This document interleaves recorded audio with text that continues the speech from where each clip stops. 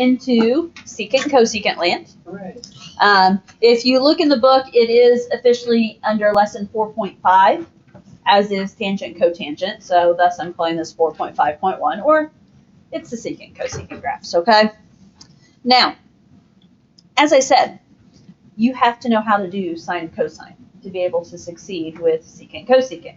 And you'll notice, like if you look right here underneath secant and cosecant, it says start off with the graph of, and so we're going to be drawing those sine and cosine graphs still, okay?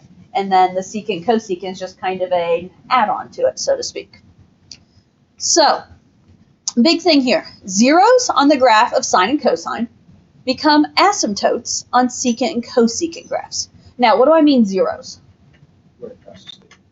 Where it crosses through the x-axis, right? So when we talk about zeros, that's another way of saying, I don't know if you can really see that, but that's another way of saying x-intercepts. So x-intercepts on sine and cosine become asymptotes on secant and cosecant graphs. You know what I mean by asymptotes, right? Those vertical dotted lines that they don't show up on the graph, but your graph will never cross, never touch them type thing, right? Okay. So, and then the humps then flip outward to make parabolas between the asymptotes. So your curves, right? If you have, like on the sine curve, the first thing you do is you have a curve that's flipping downwards, right? Well, when we go to graph cosecant, it's going to flip up and become a parabola. Okay, so those curves are going to flip and become parabolas. And so when you go and look at a secant or cosecant graph, it's just a series of parabolas flipped out and away from each other. Okay, and that actually might be something we'll want to do once we get a couple of these graphs so you can kind of see what it looks like on the graphing calculator. So it's kind of an interesting thought there. But, so, let's look at secant. Now, in order to graph secant, you need to know, what does secant match up with? Secant is the reciprocal of cosine, right? So when you see that we need to graph a secant graph, you realize that, okay, I need to draw a cosine graph first. Once we draw the cosine graph, we're going to draw our asymptotes. Remember, asymptotes are where there were zeros. After we draw the asymptotes, then we can draw the parabolas, and we're done. So, how do we draw just plain old cosine? It's going to have a period of, but the period length is not pi, it is Pi over 2. No?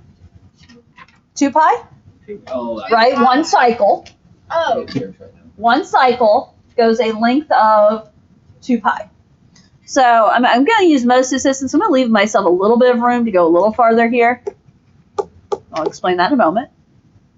So one cosine curve goes the length of 2 pi. Because we're getting ready to draw a cosine curve, I'm still going to need you to split this into fourths. So the middle of 2 pi is pi. The middle of the middles? Pi over 2 and 3 pi over 2. Oh, wait. 3 pi over 4. Nope. 2. This one is 3 pi over 2. Oh, yeah. Because it's in between 1 and 2, so it's 1.5. My fingers slip. Yesterday, you guys kept telling me 3 over 2 when it was supposed to be 3 over 4. So you're just flipping it to today, you know. So, okay. Now, what's the amplitude of a regular cosine curve? Udo. 1.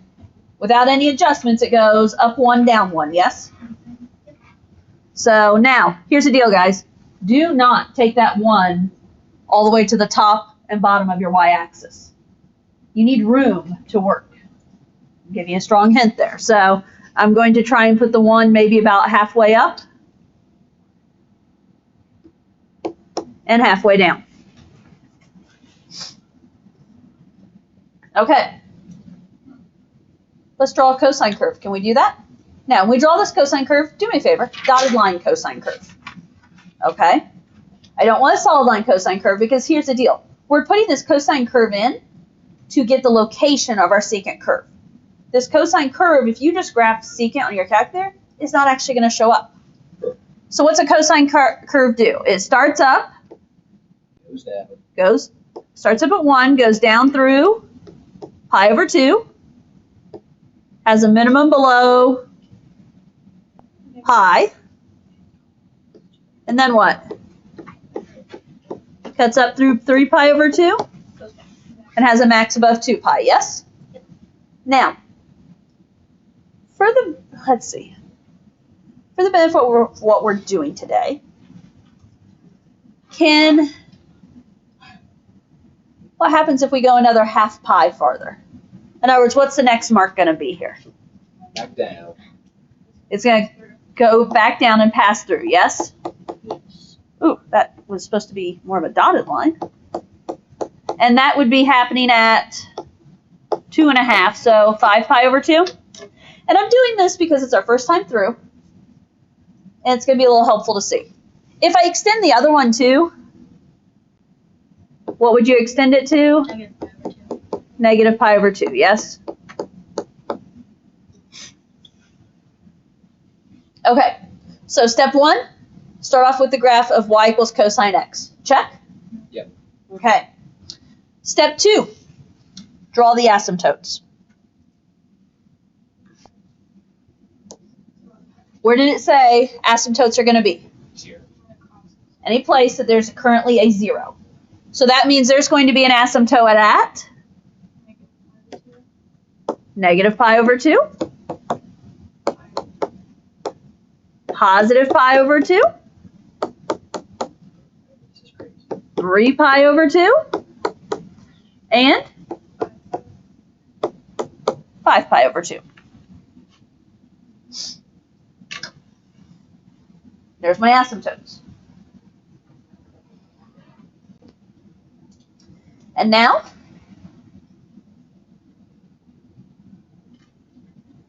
step 3, draw the parabolas going outward. So, between negative pi over 2 and positive pi over 2, I have a downward facing curve. Yeah. We're going to take this downward facing curve and we're going to flip it up. So it's a parabola that's going to open upwards. The vertex of that parabola is going to be right here at the top of my cosine curve. So at this point, it's going to be right here at the 1. So we're going to have a parabola that goes up. As that parabola goes up, it's going to run and get closer and closer to the asymptotes, but Never touch. never crossing, never touching.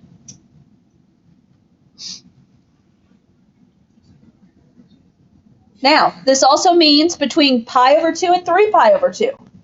What do we have happening here? There's going to be another one. There's going to be, but this time I have a upwards facing curve. So I'm going to flip that and I'm going to make a parabola that opens downward. Now, where is the top of that parabola? It's at the level of negative 1, directly under pi.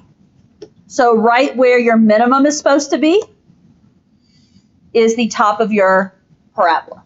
And that's a grading point that I will look for, which is why I'm trying to make sure I point it out. And then can we do one more? Of course. In between 3 pi over 2 and 5 pi over 2. It'll be the same as the first one. It's going to be the same as the first one. That was going to be so much. The bottom one, the bottom of the parabola is going to be at the height of 1. And it's going to be, the vertex is going to be directly above 2 pi.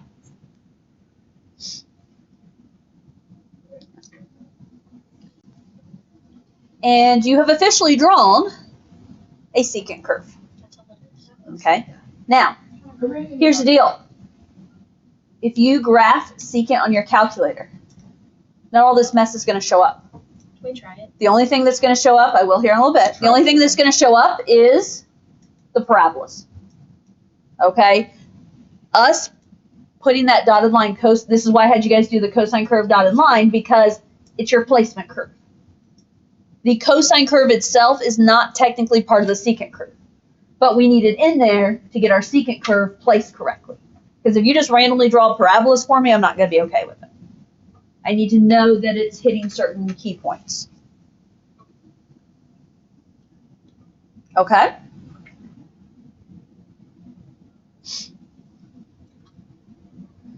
Let's go ahead and try cosecant now. Cosecant's going to be the same idea. Now, keep in mind, when we do homework, I'm going to say I want you, just like in sine and cosine, I want you to draw one cycle of the curve. Yes? Yeah. Okay, so one cycle. So, for instance, one cycle of the curve I just did still goes from 0 to 2 pi. So if we are just drawing from 0 to 2 pi, I extended a little bit for the visual. We would have drawn one full parabola and 2 half parabolas, if you will. Okay, so that's the equivalence of one cycle. Now, do I care if you finish off the parabola just because it looks weird to put a half parabola? Not at all. Okay. Cosecant is the reciprocal of sine. So that means we have to start off with drawing the graph of sine. Well, what is the period length of sine? 2 pi. Still 2 pi, yes? That's what I got. Okay. So I use my whole distance for 2 pi. I still need 4 pieces, right? So the middle of 2 pi is pi. The middles of the middles? Pi over 2 and 3 pi over 2. 3 pi over 2. 1/2, 1, 1.5, 2. How high and low does a sine curve go? 1. Uno is negative. 1 and -1. Now, do you see why I said don't use your entire y-axis to do that? I do now. You do now. That's the important point. And here's the deal. Yesterday was plain old sine and cosine. I was using the entire y-axis, wasn't I? Yeah. And I know I have to stop and pause myself and say, okay, now wait, secant, cosecant. I can't use the entire y-axis because I need room to flip the parabolas. Okay. Can you trace a sine curve in there? Where does sine start? Origin. Sine starts at the origin. First thing it's going to do is have a max. Then it's going to cross. Then it's going to have a minimum. Oops. I don't feel like I'm at the right level here. And then we're going to cross. Now, when I'm doing the sine / cosecant curve, I don't necessarily extended that extra piece because we're just going to have 2 nice, neat parabolas here. Okay, after you draw sine, now what do we need to do? Add in pi over 2. No. Oh, those were the shot.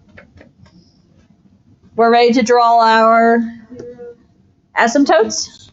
And where are the asymptotes? Pi and 2 Pi, 2 pi, And 0. Good job. Or the y-axis. and 0, which, yes, is the...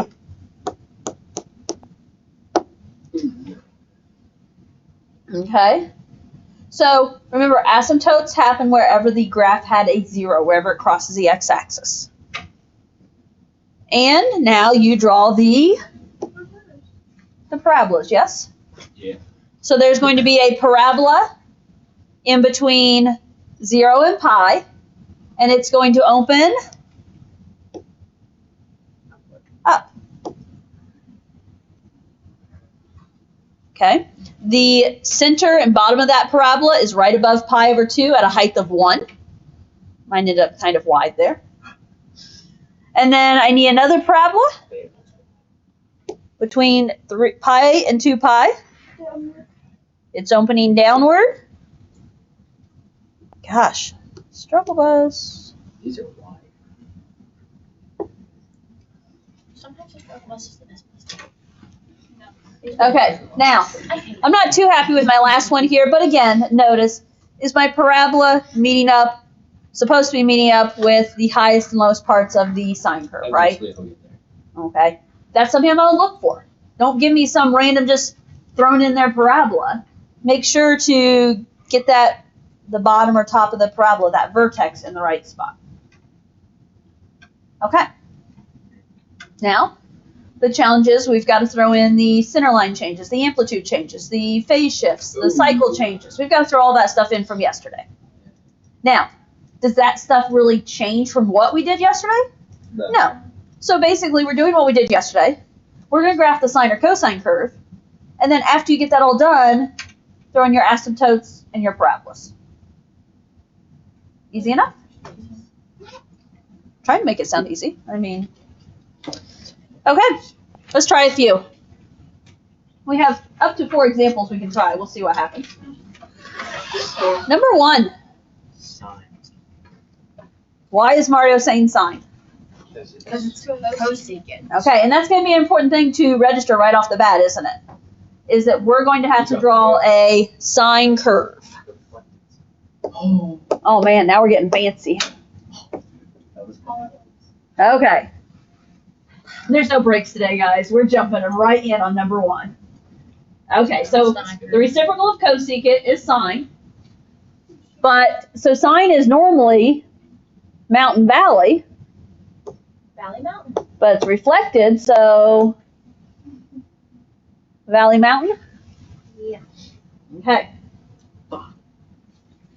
You just lose. What is my center line? 1. What is my amplitude? 5. And that negative out front tells me there is a reflection. Over the x-axis. What is my period? 5. No. What is 1 cycle? 2 pi over 2, so 5. Okay. Remember, it's 2 pi over b. B being your coefficient of x, so 2 pi divided by 2, which is pi. So now we're going to take this and shrink down to a cycle length of pi. And again, we are jumping right in. You even get a phase shift on number 1. Oh, yeah. How are we gonna? They need to make our lines a little bit longer. How am I gonna get this 5 in there? I don't know, but this makes my stomach hurt. Okay, phase shift of Oh. Hang on. pi over 2. Yeah. Right, pi over. Yeah. It's c over b, opposite the sign, so pi over 2. Okay. Now, with this in mind, we've got information to get on here, yes? Center line is 1. I almost. Now, here's the deal. Amplitude is 5, but you also have to have room Oh, shoot. Oh my god! This is way too small.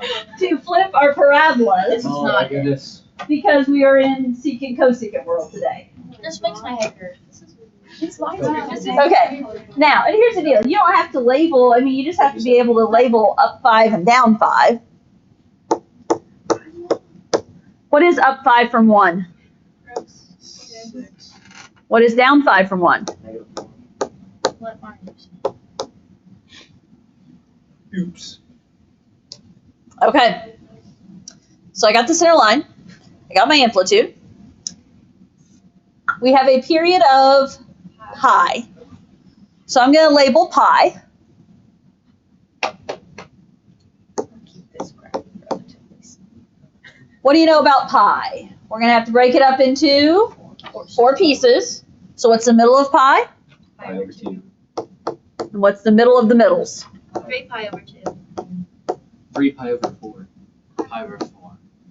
Pi over 4 and 3 pi Yeah, over kind 4. of. Oh, should I? Pi over 4 and 3 pi over 4. She wasn't here yesterday to get it out of her system. Haha.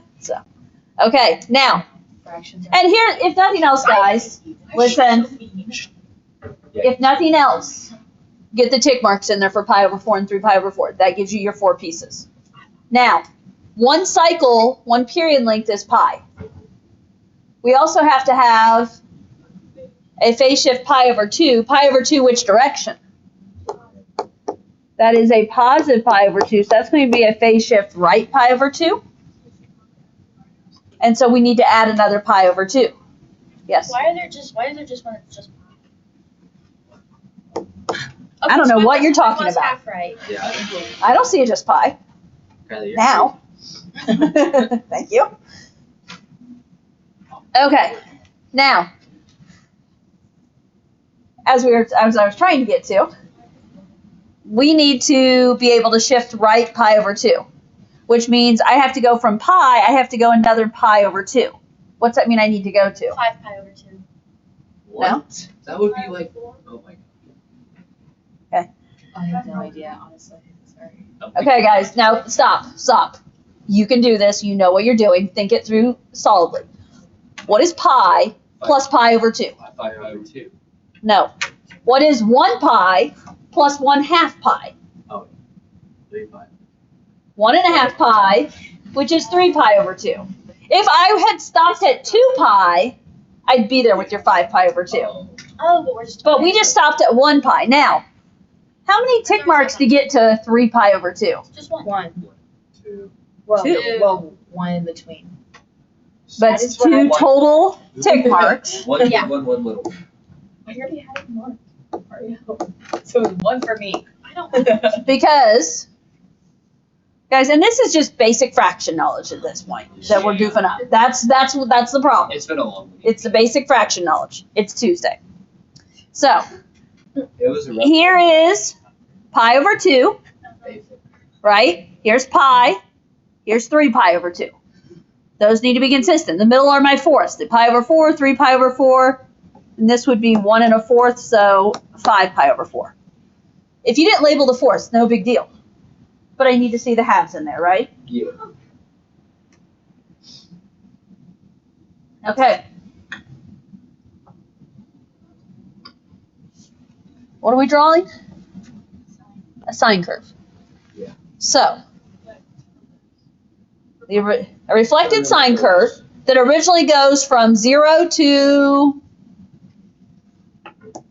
pi. Yes. But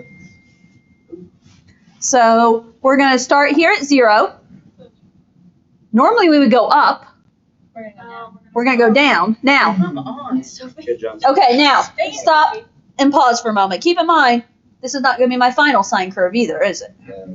So I'm actually going to switch. Well, they're both going to have to be dotted. Yeah. So So you don't have to color pencil. I'm going to switch to gray here so I can. So I'm going to Multiple times. have a minimum below pi over 4, So if you go forward. cross through pi over 2, max above 3 pi over 4, and I'm ending at pi. I say, I guess if you want, I do have colored pencils that I keep in my desk too. Do you want a Lincoln? Okay, now. Okay, let's see. It's black. Why does it have a- Now, this is my sine curve before To the other end. we phase shift it. Yeah. So now I need to phase shift it. Oh. When I phase shift it, I'm phase shifting it pi over 2. To the right. So instead of starting at 0, we're starting at pi over 2. From pi over 2, we're going to go down, cross, up, cross. Check the dots. Notice, everything moved the equivalence of 2 tick marks, right? My starting point moved 2 tick marks. My minimum moved 2 tick marks. My cross, 2 tick marks. My max, 2, and my ending point moved 2. Now, if you are getting to the point where you can do this without the original, what I drew in gray, that might be okay here, because it gets to be a lot of confusion, doesn't it? Yeah. Okay? But you have to get to that. You have to know are you to that point. So on the homework, you have to do like the one we did in gray, or You would not necessarily have to do the one I did in gray on Okay. homework. Okay? Now, if you're struggling, though, and getting them wrong, I'm going to encourage you to. Yesterday I did it, but like I didn't really need Okay. it. I'm doing it. Now, the purple one, I need.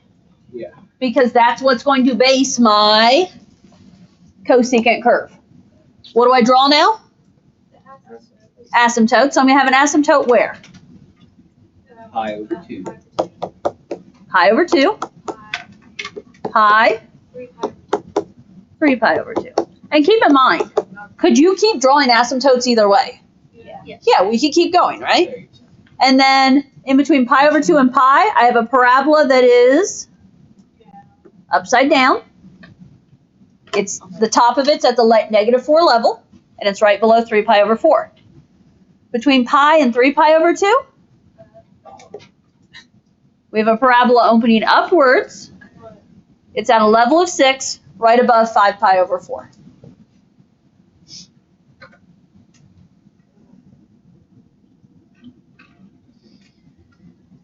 Okay? These are kind of fun. Shut up. Okay, so Just haven't done the homework. we will pick up tomorrow. I mean, I could say, okay, do homework, have it due tomorrow, or we can do a couple more examples, and then we can have, We should have it good. okay. Mario. We will do a couple more examples and have homework due the following day. Gonna be graduates.